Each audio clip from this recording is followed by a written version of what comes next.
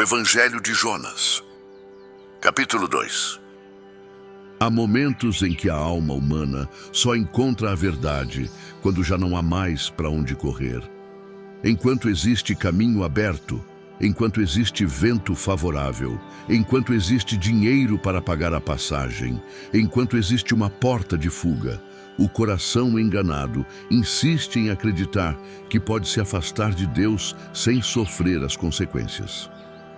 Mas chega uma hora em que o mar se levanta, o barco balança, as forças acabam, os planos desmoronam e aquilo que parecia liberdade se transforma em prisão. Foi assim com Jonas, um homem chamado por Deus, enviado por Deus, separado por Deus, mas que decidiu correr na direção contrária à voz do Senhor. A história de Jonas não começa no ventre do grande peixe. Ela começa muito antes, no coração de um profeta que ouviu claramente a ordem de Deus e não quis obedecer. O Senhor falou a Jonas, filho de Amitai, dizendo que ele deveria se levantar e ir à grande cidade de Nínive, porque a maldade daquele povo havia subido diante de Deus. Nínive era uma cidade poderosa, temida, marcada pela violência, pela arrogância, pela crueldade e pelo pecado. Para muitos israelitas, Nínive não merecia misericórdia. Merecia juízo, merecia queda, merecia destruição. E talvez, no fundo do coração, Jonas também pensasse assim. Quando Deus disse, levanta-te e vai a Nínive, Jonas entendeu o chamado, mas rejeitou a missão. Ele não fugiu porque não compreendeu. Fugiu porque compreendeu demais. Jonas sabia que Deus era misericordioso. Sabia que, se aquele povo se arrependesse, o Senhor poderia perdoar. E essa possibilidade incomodava o profeta.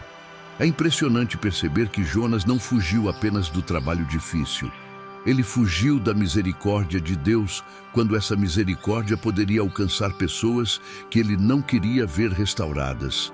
Então Jonas desceu a Jope, encontrou um navio que ia para Tarsis, pagou a passagem e entrou nele para fugir da presença do Senhor. Esse detalhe revela muito. Jonas pagou para fugir. Muitas vezes, quando alguém tenta escapar do chamado de Deus, sempre existe um preço. Às vezes, o preço é a paz. Às vezes, é a consciência. Às vezes, é a alegria. Às vezes, é a comunhão. Às vezes, é a clareza espiritual. A fuga sempre cobra passagem. O pecado promete distância sem dor, mas nunca entrega descanso verdadeiro. Imagine Jonas entrando naquele navio, o som das madeiras rangendo, os marinheiros preparando as velas, o cheiro do mar, o vento soprando como se aprovasse sua escolha. Talvez por alguns instantes ele tenha pensado, consegui. Agora estou longe, agora não preciso mais encarar Nínive, agora não preciso mais obedecer a essa ordem que pesa sobre mim. Mas ninguém foge da presença de Deus. Pode-se fugir de uma cidade, de uma conversa, de uma responsabilidade, de uma pessoa, de uma decisão, mas não se foge dos olhos do Senhor. Davi declarou, no Salmo 139, que se subisse aos céus, Deus estaria lá.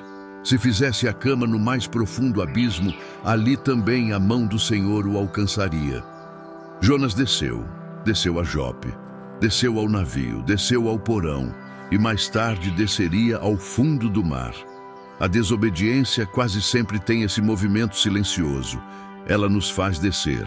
No começo, parece apenas uma escolha. Depois vira cansaço espiritual. Depois vira isolamento. Depois vira sono no meio da tempestade. Enquanto o mar se agitava violentamente, Jonas dormia no porão do navio. Os marinheiros estavam apavorados, clamavam cada um ao seu Deus, lançavam cargas ao mar para aliviar o peso, lutavam para sobreviver. Mas o profeta de Deus dormia. Essa cena é profundamente espiritual. Às vezes, quem tem a palavra dentro de si está dormindo enquanto o mundo ao redor está afundando. Às vezes, quem conhece o Deus vivo se cala, enquanto outros clamam sem direção. Às vezes, quem foi chamado para ser luz está escondido no porão, tentando não ouvir a tempestade que sua própria fuga ajudou a levantar. Então o capitão se aproxima de Jonas e pergunta algo que ecoa como uma repreensão divina. Que tens, dorminhoco? Levanta-te e clama ao teu Deus. É como se Deus usasse a voz de um homem pagão para despertar o profeta. Jonas, que deveria estar chamando Nínive ao arrependimento, agora é chamado por um marinheiro a orar. Jonas, que deveria anunciar a palavra, agora precisa ser confrontado por quem nem conhece plenamente o Senhor. E assim Deus nos mostra que, quando um servo foge, ele pode levantar até pessoas improváveis para nos lembrar do que estamos tentando esquecer. Os marinheiros lançaram sortes e a sorte caiu sobre Jonas. A verdade veio à tona. Perguntaram-lhe de onde ele vinha, qual era sua terra, qual era seu povo, qual era sua ocupação. Jonas respondeu: Eu sou hebreu e temo ao Senhor, o Deus dos céus, que fez o mar e a terra. Que declaração poderosa e ao mesmo tempo dolorosa. Ele dizia temer o Deus que fez o mar, enquanto fugia pelo mar. Ele confessava o Senhor dos céus, enquanto desobedecia na terra. Ele conhecia a teologia correta, mas seu coração estava distante da obediência correta. Quantas vezes isso também acontece conosco? Sabemos dizer quem Deus é, mas resistimos ao que Ele pede. Sabemos cantar sobre entrega, mas seguramos o controle. Sabemos falar de fé, mas trememos diante da missão. Sabemos que Deus é soberano, mas tentamos negociar com a vontade dEle. Sabemos que Deus perdoa, mas não queremos perdoar. Sabemos que Deus chama, mas insistimos em responder: agora não, Senhor. Para lá eu não vou. Com essa pessoa eu não falo, esse passo eu não dou. A tempestade aumentava. Os marinheiros perguntaram o que deveriam fazer. Jonas respondeu que deveriam lançá-lo ao mar, pois sabia que por causa dele aquela tempestade havia vindo. Mesmo assim, aqueles homens tentaram remar de volta à terra. Eles demonstraram mais compaixão por Jonas do que Jonas havia demonstrado por Nínive. Mas o mar ficava cada vez mais bravo. Finalmente, clamaram ao Senhor e lançaram Jonas ao mar. Então o mar se acalmou. E ali, quando Jonas caiu nas águas, tudo pareceu terminar. O profeta fugitivo afundava. O barulho da tempestade desaparecia acima dele. A luz ficava distante. O peso da água o cercava. O medo apertava sua alma. Talvez ele tenha pensado: acabou. Minha desobediência me trouxe até aqui. Eu fugi de Deus e agora estou descendo ao fundo. Mas o que Jonas ainda não sabia é que mesmo no fundo, a misericórdia do Senhor já estava preparada. A Bíblia diz que o Senhor preparou um grande peixe para engolir Jonas. Para alguns, isso parece apenas juízo. Mas, olhando com os olhos da fé, vemos que aquilo que parecia castigo era também livramento. O peixe não foi o fim de Jonas. Foi o lugar onde Deus preservou sua vida. O ventre do peixe era escuro, apertado, impossível, desconfortável, silencioso, mas era também um lugar de misericórdia. Jonas não estava confortável, mas estava vivo. Não estava livre, mas estava sendo guardado. Não estava em Tarsis, nem em Nínive, mas estava no lugar onde Deus o faria lembrar da oração. É nesse cenário que nasce uma das declarações mais profundas da Escritura. Na minha angústia clamei ao Senhor, e Ele me respondeu. Do ventre do inferno gritei, e tu ouviste a minha voz. Jonas 2:2. Não é a oração de um homem em um templo bonito, cercado por música, luz e tranquilidade. É a oração de um homem dentro de um lugar escuro, cercado pela consequência de sua própria fuga. É a oração de alguém que não tem mais controle, não tem mais rota, não tem mais distração, não tem mais desculpa. Só tem uma coisa: um clamor. E há algo precioso aqui. Deus ouviu Jonas no ventre do peixe. Deus ouviu Jonas no fundo. Deus ouviu Jonas depois da fuga. Deus ouviu Jonas depois da desobediência. Deus ouviu Jonas não porque Jonas merecia, mas porque Deus é misericordioso. A misericórdia de Deus não é permissão para fugir, mas é esperança para quem já fugiu. Ela não transforma a desobediência em algo leve, mas transforma o fundo do poço em lugar de recomeço. Talvez alguém ouça essa mensagem carregando uma culpa antiga. Talvez você tenha ouvido Deus chamando, mas adiou. Talvez tenha sentido uma direção clara, mas correu para outro lado. Talvez Deus tenha pedido perdão, reconciliação, entrega, mudança, renúncia, coragem, e você tenha entrado em um navio para Tarsis.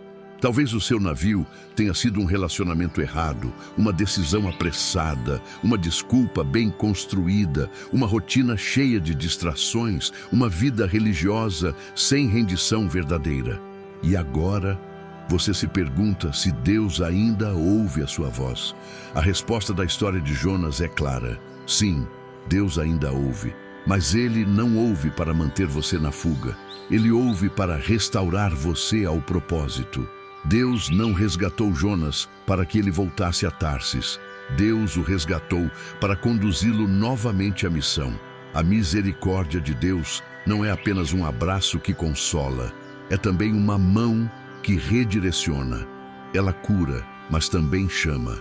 Ela perdoa, mas também envia. Ela levanta, mas também confronta.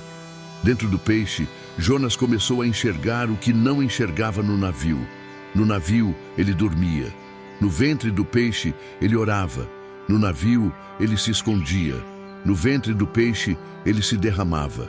No navio, ele fugia da presença de Deus. No ventre do peixe, ele descobria que a presença de Deus também alcança os lugares mais profundos. Às vezes, Deus permite que percamos o conforto para recuperarmos a sensibilidade. Às vezes, Ele permite que o caminho se feche para que o coração se abra. Às vezes, Ele nos deixa chegar ao fim das nossas forças para que finalmente paremos de confiar em nossos próprios remos. Jonas disse que as águas o cercaram até a alma, que o abismo o rodeou, que as algas se enrolaram em sua cabeça. Essa linguagem revela desespero.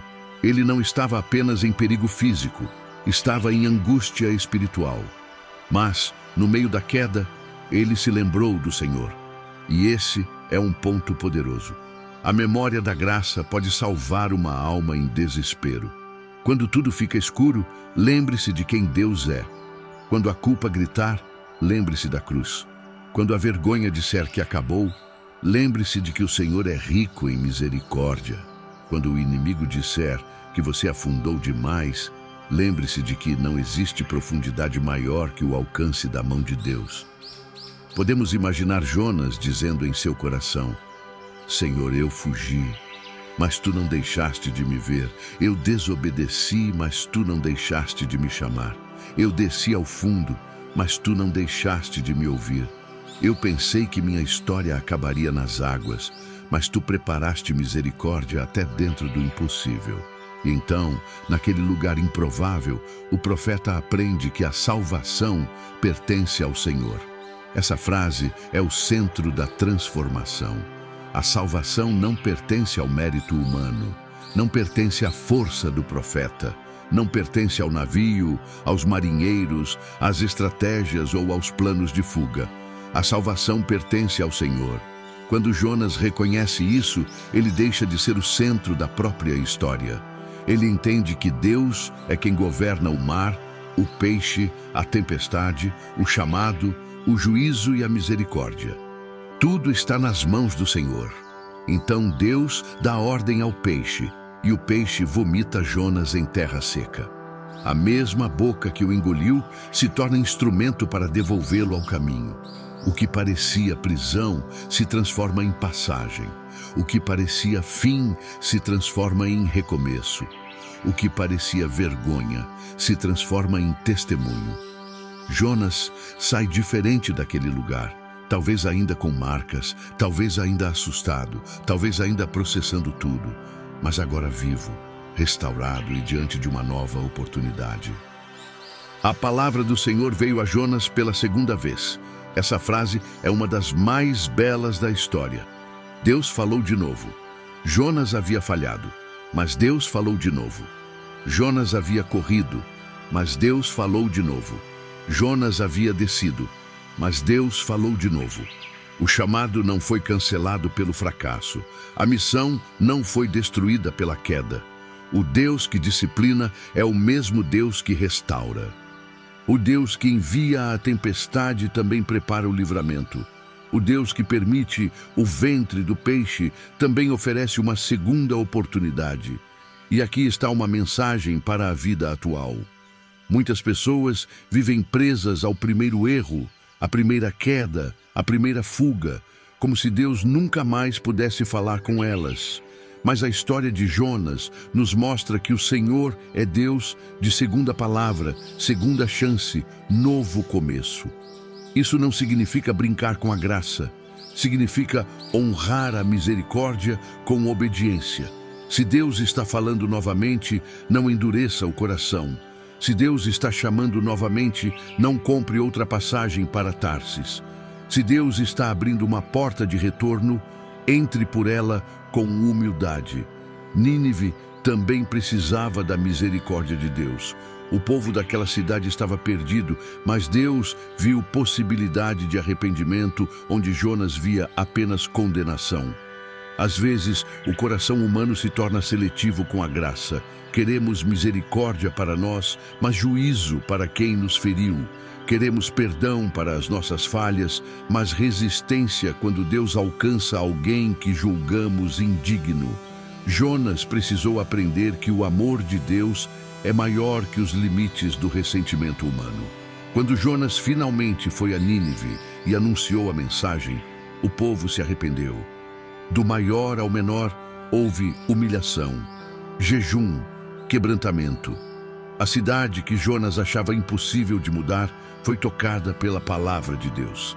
Isso revela outro ensinamento profundo. Não cabe a nós decidir quem pode ser alcançado. Cabe a nós obedecer. A palavra que Deus coloca em nossa boca pode tocar lugares que jamais imaginaríamos. Uma mensagem simples, quando enviada por Deus, pode abalar uma cidade inteira. Mas a história também revela que Deus não queria tratar apenas Nínive. Deus queria tratar Jonas. O chamado não era apenas sobre uma cidade perdida. Era também sobre um profeta ferido, resistente, limitado por sua própria visão. Muitas vezes, pensamos que Deus está nos enviando apenas para mudar alguém, quando na verdade Ele também quer mudar algo dentro de nós. A missão transforma o enviado. A obediência cura áreas escondidas. O caminho que Deus manda percorrer não serve apenas para alcançar os outros, mas para revelar o que ainda precisa ser rendido em nosso coração. Hoje, talvez, o seu ventre do peixe não seja literal.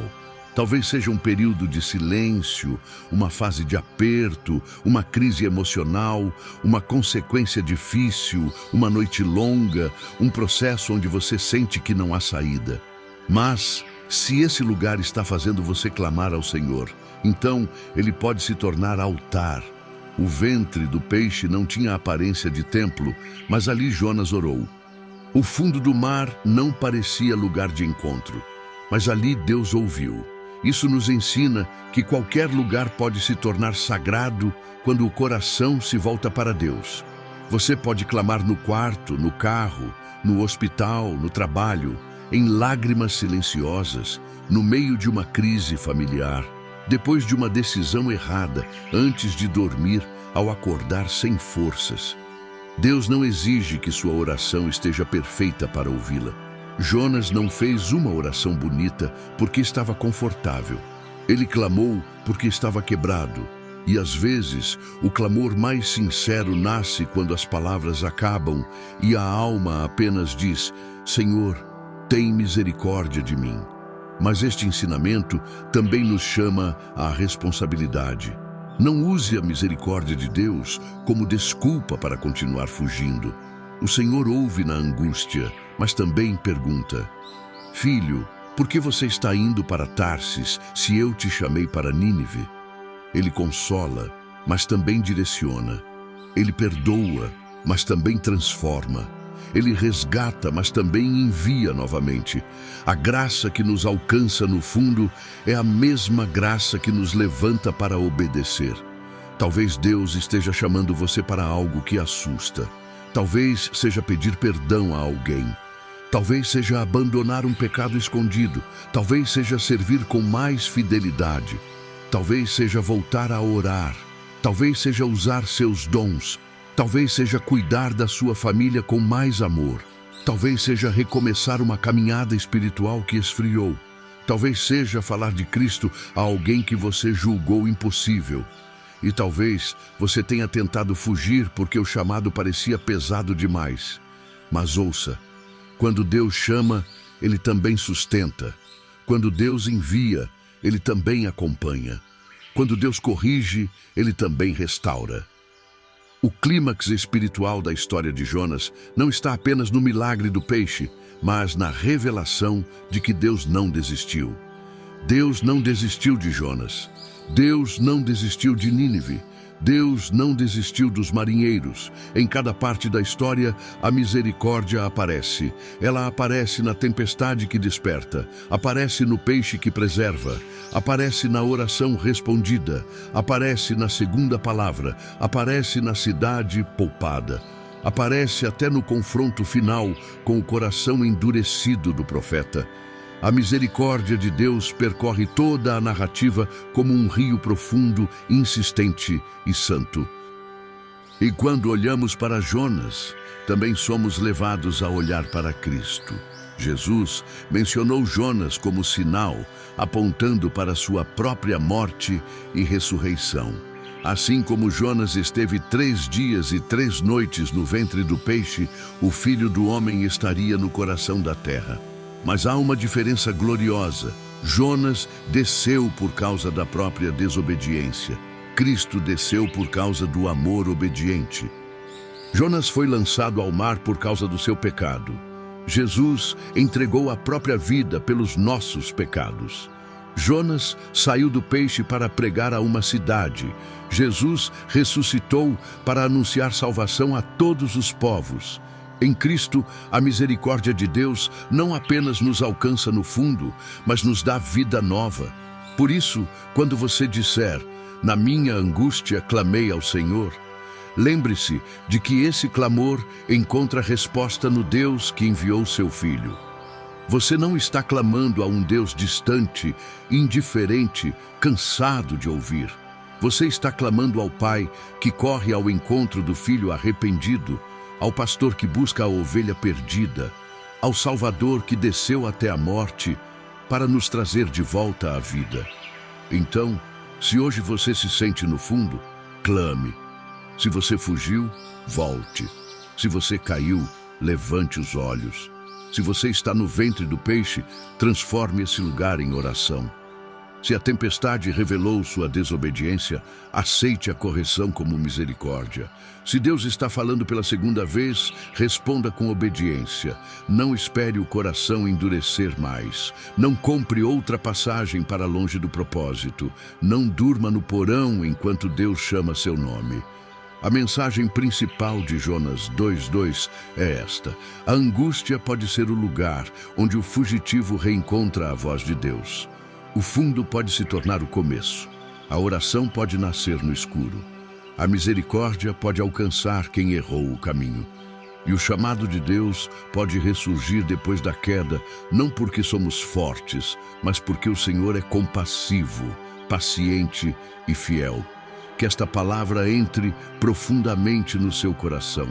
Que todo medo de obedecer seja quebrado. Que toda fuga termine hoje diante da presença do Senhor.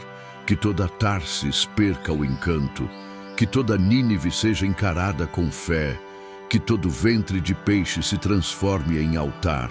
Que toda angústia se converta em clamor. E que todo clamor encontre resposta no Deus que ouve, perdoa, restaura e envia novamente. Se esta mensagem falou ao seu coração, deixe o seu gostei para que mais pessoas sejam alcançadas pela palavra de Deus. Compartilhe nos comentários o que mais tocou você nesta reflexão e como este ensinamento pode transformar sua caminhada com Cristo. E inscreva-se no canal Caminhe com Jesus para continuar recebendo reflexões bíblicas, ensinamentos inspiradores e mensagens que fortalecem a fé todos os dias. Que Deus abençoe sua vida e sua família.